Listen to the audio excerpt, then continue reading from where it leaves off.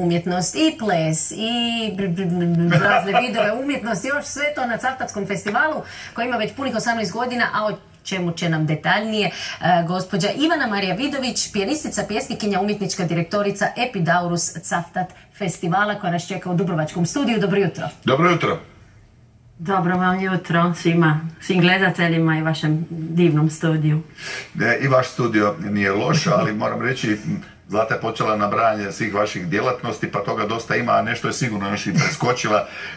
Prvo pitanje, kako sve to stignete?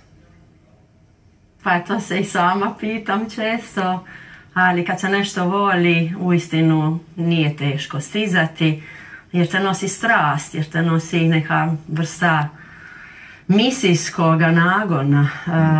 Evo, stiže se. Jeste Dubrovkinja ili Cavtajka? Dubrovkinja, fetiva, rekli bi u gradu. Dobro, dobro. 18 godina sa cavtatskim.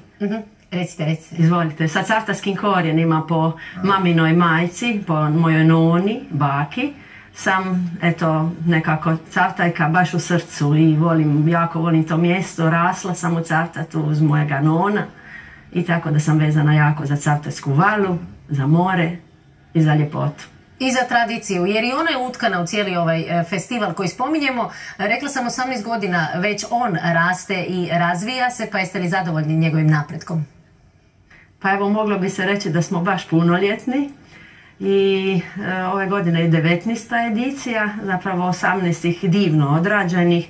I ja mogu se sada pozvati na ono vaše prije pa reći da je Cavtissimo ili Cavtatissimo zapravo klizi jako lijepo u toj Cavtatskoj vali, mirno, poput današnjega jutra, sa jednom bunacom koja je neodoljiva i zapravo samo u Cavtatu za mene tako lijepa.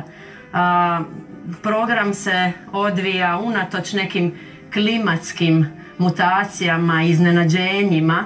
Moramo biti spremni, baš kao kad iziđem na pozornicu, moram biti spremna na sve. I na mobitel, i na kašljanje, i na neke ljude koji hodaju, dižu se i tako. Nije lako jer se mora u trenu čovjek snaći, iznaći rješenje, što nije često lako. Ali evo, otvorili smo uz prekrasnu vokalnu skupinu, vokalne perfekcije talijanske, Mezzotono, iz Pulje, iz Barija.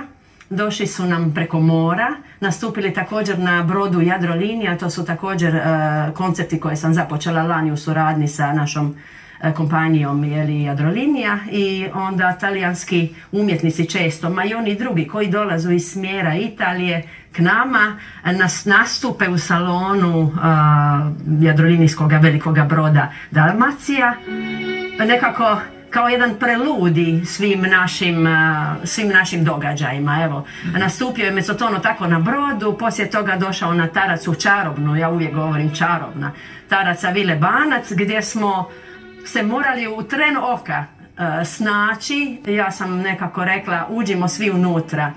I moram priznat da mi je ovo jedno od najdražih otvorenja, zaista. I nikad ne znamo što se dogodi. Ali nekoliko riječi